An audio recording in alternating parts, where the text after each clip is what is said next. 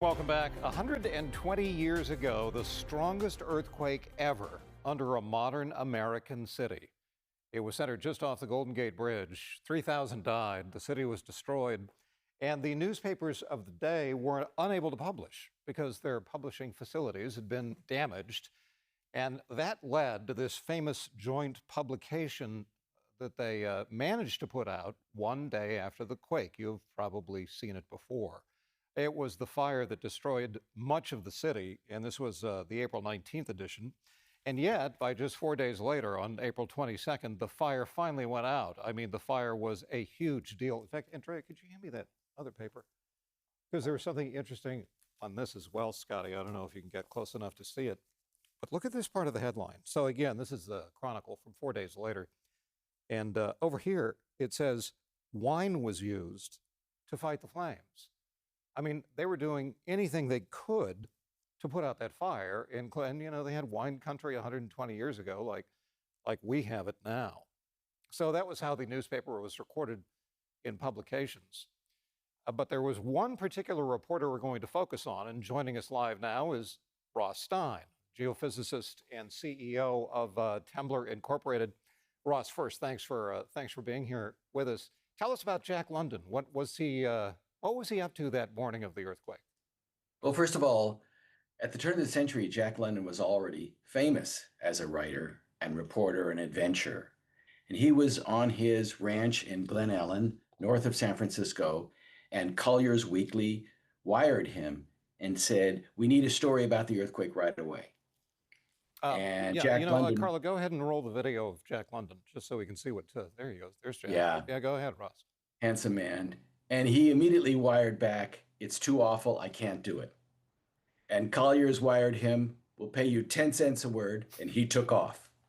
And I think 10 cents a word would cause people, even writers today, to take off. Yeah, it would. So Jack initially was reluctant to say that he'd go cover the earthquake because he was so shocked, I suppose, by what he saw.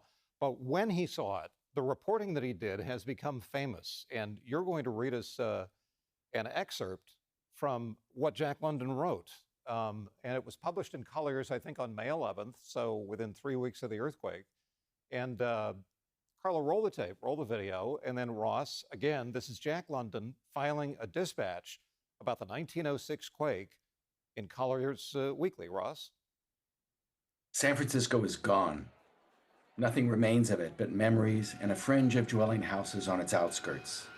Its industrial section is wiped out. Its business section is wiped out. Its social and residential section is wiped out. The factories and warehouses, the great stores and newspaper buildings, the hotels and the palaces of the nabobs are all gone. Remains only the fringe of dwelling houses on the outskirts of what was once San Francisco. On Wednesday morning at 5:15 came the earthquake. A minute later, the flames were leaping upward. In a dozen different quarters south of Market Street, in the working class ghetto, and in the factories, fires started. There was no opposing the flames.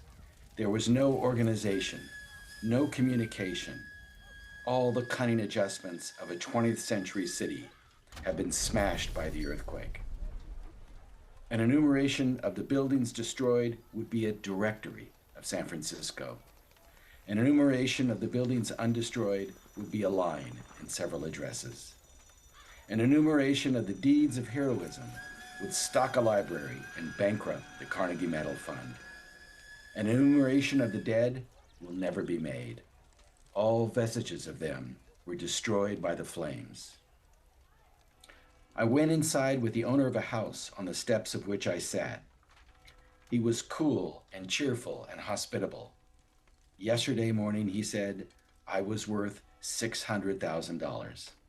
This morning, this house is all I have left. It will go in 15 minutes. He pointed to a large cabinet. This is my wife's collection of china. This rug upon which we stand is a present. It cost $1,500. Try that piano. Listen to its tone. There are few like it. The flames will be here in 15 minutes. There are no horses. That is chilling. That is chilling. He watched his house go up in smoke. And my Yeah. question to you on this April 18th, 120 years now down the road, is what are the odds of a repeat of the 1906 quake? Scientists give it about a 5% chance of occurring in our lifetimes. Okay, those are pretty good odds that we won't experience it. But the flip side of that coin is when we come to a magnitude 6.7, rather than the 7.9 that struck in 1906, the 6.7 was the size of the Northridge earthquake in Southern California, then we have a 50% chance in our lifetimes. In other words, we are living with that coin toss. And even a 1906 quake is not impossible. I mean, I know they repeat about once every 250 years. It was a huge quake, the largest quake under a modern American city in history. Um, but if tomorrow we were to wake up, I hope it doesn't happen, to a magnitude 7, where would you not be surprised to hear that it was centered? What is the likeliest place for the next, maybe not 1906 size, but a magnitude 7, which would really wake us up? Where would be the least surprising epicenter of that quake? Well, we had a 7, or nearly a 7, in 1989 in the Santa Cruz Mountains on what's ostensibly the San Andreas. Mm-hmm. We had a 7 on the peninsula in Woodside in about 1865 or so. Mm-hmm. We haven't had very many earthquakes extending from San Francisco all the way to the northernmost part of the state in Mendocino, where we get 7s all the time, way up there in Mendocino. Mm-hmm. So a good spot might be somewhere between San Francisco and the northernmost part of the state. But we really don't know. You're right, Brian. And we don't know that the same earthquake repeats either. In other words, it's just as important to recognize that we have had 7s on the San Andreas, we have had 7s on the Hayward Fault and elsewhere around the bay, and that's in our future. That's what we have to be prepared for.